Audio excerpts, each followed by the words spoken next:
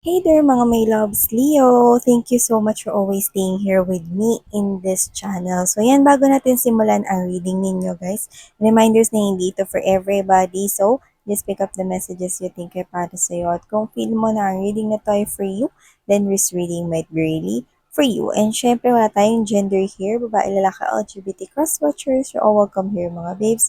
Just take out this resonates and please apply this into your own unique situation. So, Leo, for today's content, let's check out, no, who is this person here? Pwedeng kadil mo siya, no, or strongly connecting sa yung energy. Let's find out how this person views you and how you view this person here. Yan, no. Ano ba ang mutual ninyong energy and of course, ano ba yung nagiging blockage or magiging challenge nitong connection ninyong dalawa and of course, the possible outcome. So, let's go ahead and check out this messages for you, Leo. Just take how this resonates, okay? So this is for Leo, Spirits and Angel Guides, Archangel Michael, thank you so much.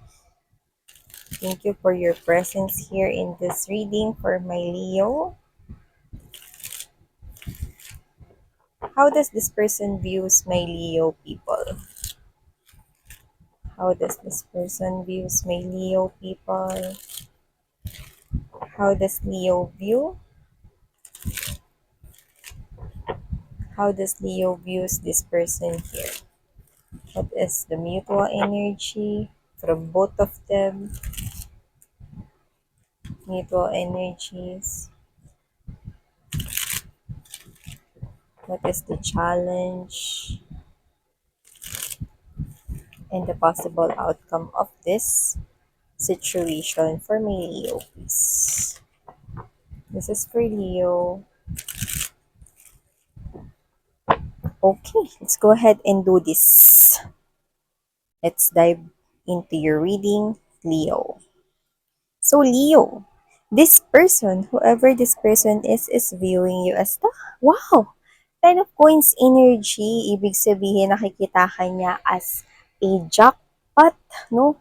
Nakikita ka niya bilang kumbaga sa prize, no, grand prize ang tingin niya sa'yo, no? Nakikita ka niya bilang all-in-one package. Ten of Pentacles energy, it's like wala ka nang kailangan, no, sa buhay mo. No? Pero nakakuha tayo dito ng parang medyo nanliliit siya sa kanyang sarili or parang medyo may insecurity siya. Nai-intimidate siya sa energy mo, mahal eh. Nakuha ko rito, no? Pero this person is viewing you, okay, that gustong-gusto ka niya. This person wants you.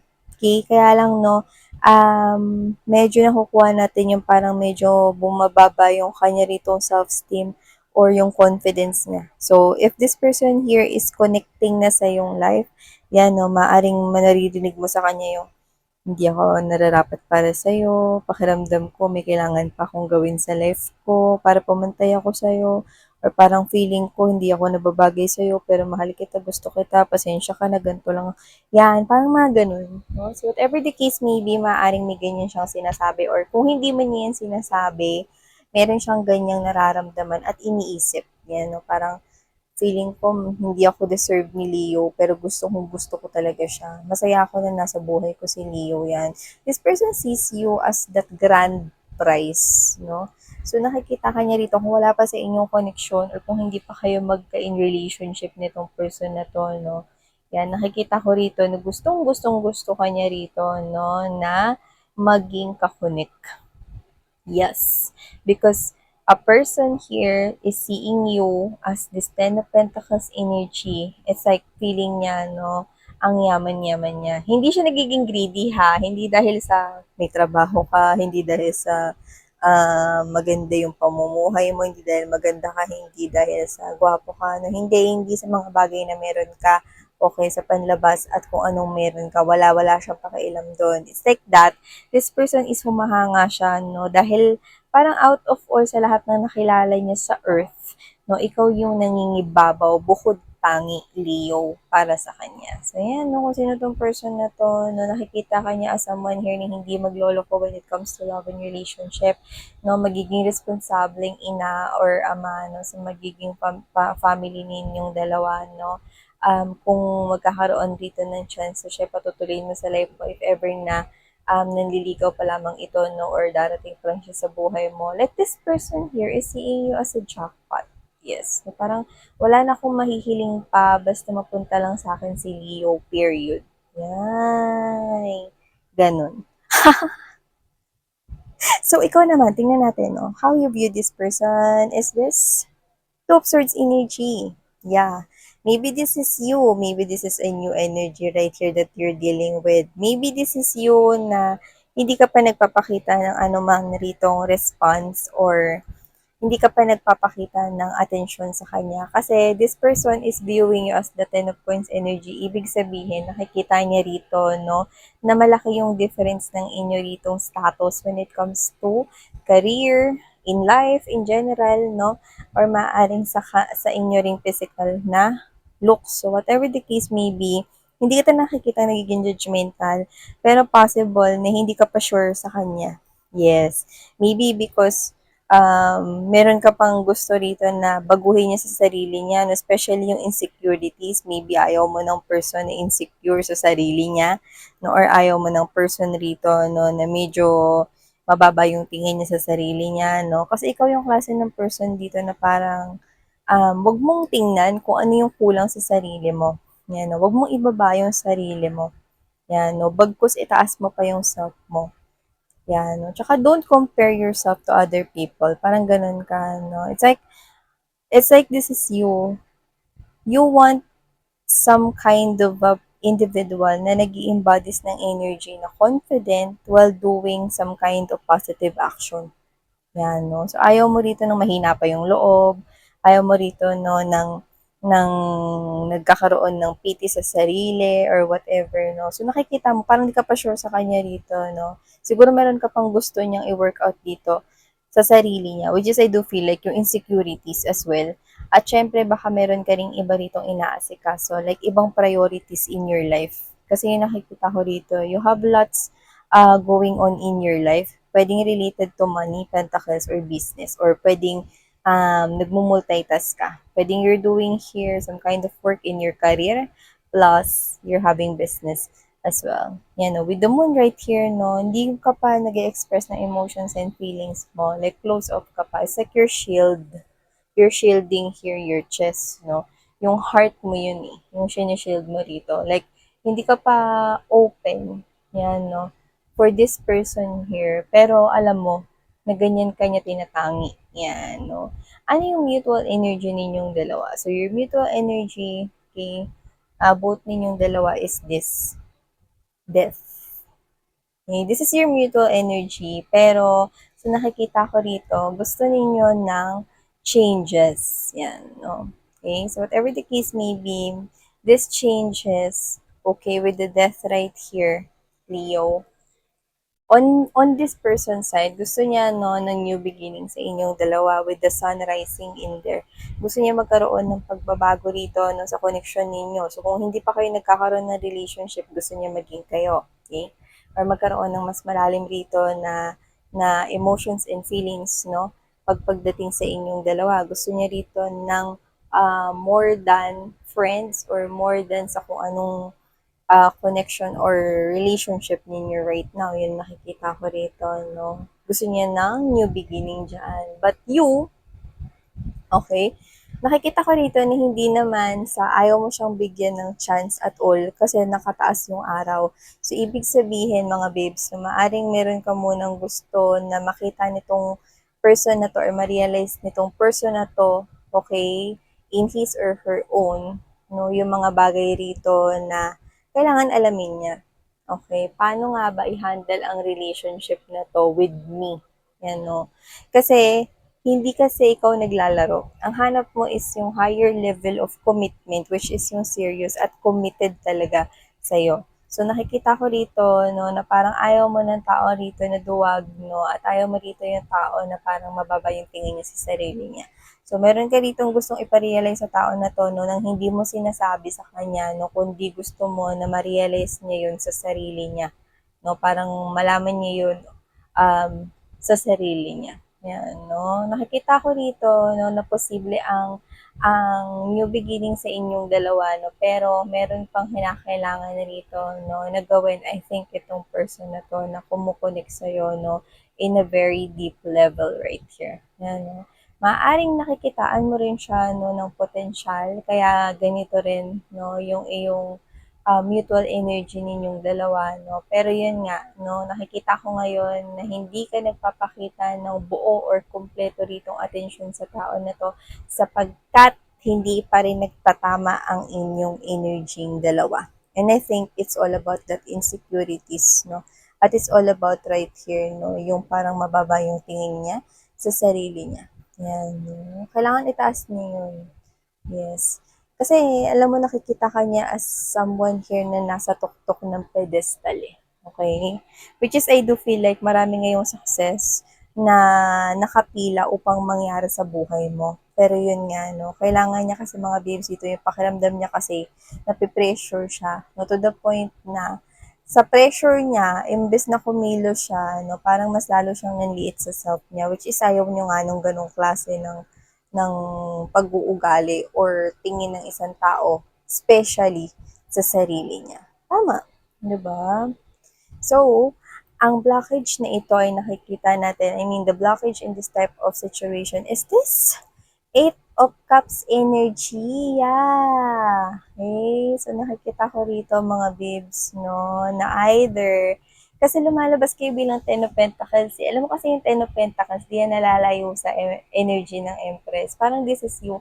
Kung hindi niya ma-realize sa sarili niya, yan, no, na may mga bagay siya rito kailangang makita, no, na maganda, na may potential siya to grow, okay, sa sarili niya, no. Pag di niya yun nakita, then okay lang, move forward ako sa life ko. Yan, no. May mga bagay, magagandang mga bagay, nagiging positibo ka, may mga magagandang bagay na naghihintay sa akin, no. Hindi sa tinatalikuran mo siya or what, no, kundi kasi mga babe, so this is you. Alam mo yung kung ano yung gusto mong gawing desisyon eh. Very firm ka dun, Leo, di ba? Alam mo yung nagiging, hindi ka lang nagiging matalino rito, kundi tinitingnan mo rin dito, no, kung saan ka talaga tunay na magiging satisfied, contented, at masaya. Yung totoong saya. 'Di ba? At kung hindi niya yun maibibigay sa'yo, then you will not take this person here with you in your life's journey. Ganun. Yeah. Okay? So, whatever the case may be, well, I want to be honest as well. Dahil itong kadil ninyo, either mahina yung loob niya, no? Minsan naiisip niya rito na isuko na lang tong nararamdaman niya for you. Okay? At maghanap na lamang ng iba, no? Kasi parang sa sobrang nakakain siya dito ng fear at ang baba ng tingin niya sa sarili niya, lack of confidence, no? And lack of self-assertiveness. Ganun talaga yung may isip na thoughts ng isang person. Well, this person might have missed this chance if, 'di ba, ganyan yung palagi niyang ipifeed sa kanyang thoughts at sa kanyang mind. So let's see the possible outcome. The possible outcome in this type of situation is this. Holding back, Four of Coins energy, together with this, Eight of Swords energy. Oh, options in love. See? So nakikita ko dito mga babes, no, na tama naman tong ginagawa ninyo. Okay?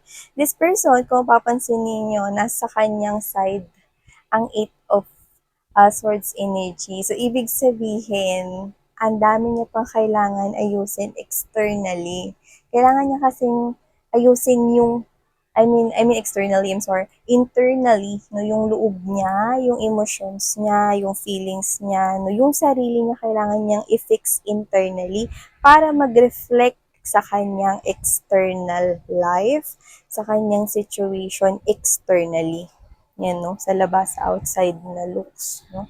So, nakikita ko rito na itong person na to, no, nahihirapan siyang i-conquer yung sarili niyang fear. Hindi niya malabanan yung mga insecurities niya rito, no? So, nakikita ko dito na may pag-pause, may pagtigil, may paghinto, okay?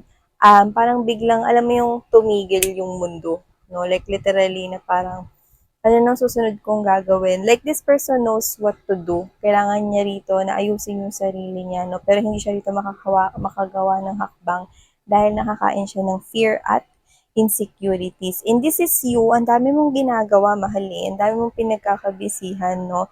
Nagkakaroon ng pause into dealing with this person here, no? To the point na nasa kanya, okay, kung paano niya rito i-portray yung sarili niya sa'yo. And this is you, no? Hindi ka lang sa kanya rito nakafocus. Ang dami mong inaasikaso. Work, business, job, and your personal life here. At nakikita ko rito, no, pag nagpatuloy pa to, no, maaari mga babes, no, na pag ready na siya or pag dumating na yung time na handa na siya, the lovers is right here. Okay? Meron na ritong options when it comes to love. Okay, meron na rito mga babes, no, na isa pa rito na magiging niya ritong ka-competitor, no, pagdating sa inyong puso. Okay, no? Pero what I see on this one, if you're gonna ask me, no, kung ano masasabi ko dito sa kinikilos ninyo, well, okay, para sa akin ha, kung ilalagay ko yung sitwasyon ninyo, hindi bilang energy reader ha, bilang isang tropa nyo na lang, yan no, kunyari friends nyo o mga babes, no. Tama tong ginagawa ninyo. Okay ha, itong opinion ko hindi based sa energy reader ha. Itong opinion ko based as your friend. So, tama tong ginagawa ninyo, no. Bakit kayo rito maghihintay, no, at magfo-focus dito sa hinihintay nyo kung siya mismo sa sarili niya, no, ginagawa niya pa ritong options yung umalis, no, at tigilan na, no, yung pakikipag-connect sa inyo rito or unti-unting alisin yung emotions and feelings niya rito just because duwag siyang harapin yung mga insecurities at yung mga fears niya. Isn't it? 'Di ba? So, tama tong ginagawa mo na inaasikaso mo rito yung buhay mo. Yeah, I'm saying that phrase. No, life goes on. Life goes on. 'Di ba? So, yun. Daming magagandang mga oportunidad na naghihintay sa'yo. Okay? Hindi mo kailangan maghintay, no, sa tao rito na actually hindi ko gusto yung naiisip niya, no, na mag-alsa balutan, no, at tumakas sa damdamin at emotions niya, no. Parang tanong niya sa sarili niya, no, hanggang kailan ka tatakas? What if the next person that you're gonna love, no, pag nagmahal ka ulit, no, is ganyan ulit yung mangyari. So, hanggang kailan ka magiging ganyan? Grow up, man. Diba? Parang ganun. Sinirmanan, grow up, yan, no? Kailangan niya mag-grow up, mga babes, no? So, yan. Ito ang mga mensaheng nakuha natin for you, Leo, no? Continue what you're doing. You have a lot of positive progress here. Okay? Especially when it comes to your kaperahan, money, career, and business. So, thank you so much. Walang hayo, love and light.